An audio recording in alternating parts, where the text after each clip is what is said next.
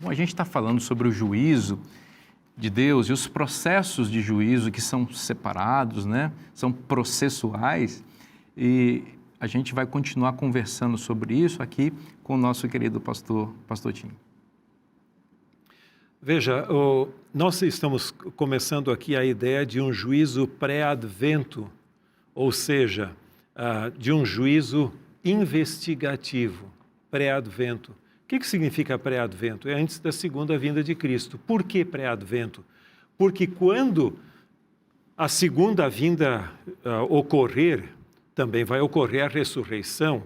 Então, se esses que participarem da primeira ressurreição devem ser julgados antes da ressurreição, porque senão, para que juízo depois? Então, teria que dizer, olha, você ressuscitou aqui, mas nós chegamos à conclusão que você ressuscitou na ressurreição equivocada.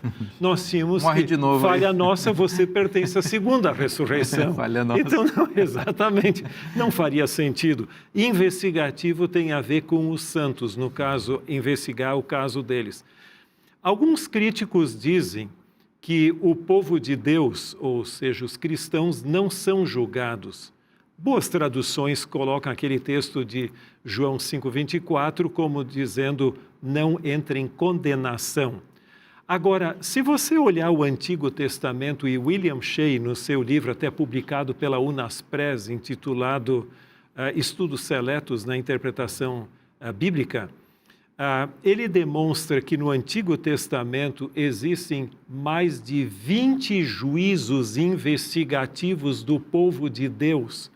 Por exemplo, o juízo que ocorreu lá no Jardim do Éden de Adão e Eva após a queda não foi uma investigação? Deus chega para Adão e Eva e pergunta, escuta, o que vocês fizeram? E aí é um diálogo, e há depois até uma sentença, né? Sim. Então ali você tem juízos de um indivíduo, de um pequeno grupo, até entre os rebeldes lá de Israel no deserto, e você tem de toda uma nação como de Judá, em Ezequiel capítulo 1 a 10. E se você tem dúvidas, leia Ezequiel capítulo 1 a 10 e você vai ver bem claramente todo o processo. O trono móvel de Deus, e Deus se assenta, vem ao seu templo e julga o povo, e é feito todo o processo ali. Agora, em termos do juízo investigativo final, grande, que antecede a segunda vinda de Cristo, temos vários textos, mas um fundamental é Daniel capítulo 7, dos versos 9 em diante. E a linguagem aqui é muito clara. Veja o que diz, continuei olhando até que foram postos uns tronos.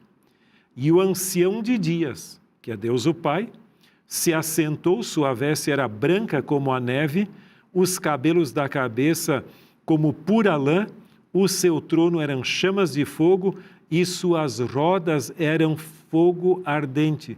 Veja a alusão à roda, símbolo de mobilidade, semelhante ao trono de Deus no início do livro de Ezequiel. E ali diz... e um rio manava milhares, veja o verso 10 agora, um rio de fogo manava e saiu de diante dele, milhares e milhares o serviam, e miríadas estavam diante dele. Assentou-se o tribunal e se abriram os livros. Essa ideia continua depois falando aqui, mas não é a segunda vinda. Porque com as nuvens do céu, que é uma alusão que é feita aqui, não é vindo a esta terra, só porque tem nuvens do céu, é como se fosse vindo aqui à terra, não. É indo diante do ancião de dias, é uma cena celestial. E aqui são julgadas as pessoas, e o verso 22 acrescenta, até que veio o ancião de dias e fez justiça aos santos. E veio o tempo de os santos possuírem o reino. Então, o reino ainda não havia sido concedido. Então, esse juízo aqui é um juízo de condenação ao chifre que começou pequeno, mas cresceu muito. Então, não é chifre mais pequeno, é um chifre grande. Poder antagônico a Deus.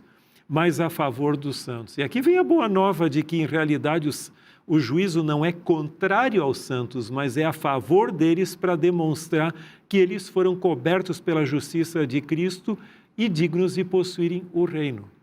Alguém poderia ler Daniel 7, esses textos que o senhor mencionou, e imaginar que este juízo, portanto, ele se dirige apenas para condenar o chifre pequeno, representante simbólico de um inimigo do povo de Deus, e não se refira nada aos santos no sentido de avaliar seus atos e suas obras? Você acha que poderia haver essa leitura?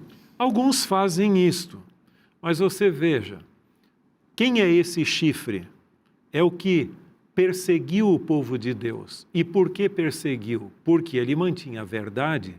Então, nesse processo aqui, você vai ver duas coisas. A fase negativa é a condenação do chifre e todos aqueles que ou seja, das hostes do mal.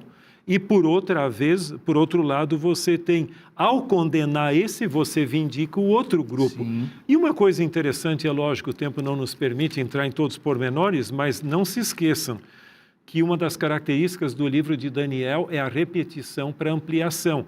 Esta mesma cena é retomada no capítulo 8, com um chifre outra vez, e aí vem todo o poder contrário à verdade, deitou por terra, e ao final das 2.300 tardes e manhãs, toda esta parafernália iria ser revertida e um movimento de restauração da verdade surgiria, né?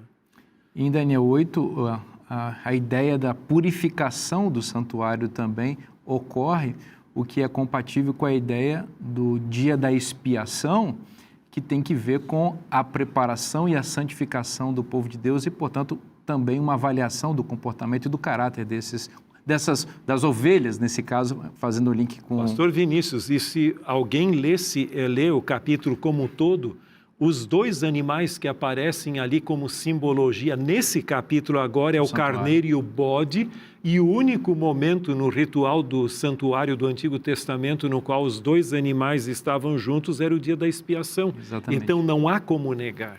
E o dia da expiação é um dia muito importante para o povo de Deus, em que o povo ia em contrição para receber a bênção da salvação definitiva para o ano, né, que representava e quem não estivesse em contrição seria eliminado do povo até. Exatamente. Então ali já há uma como é que eu vou dizer, uma avaliação implícita.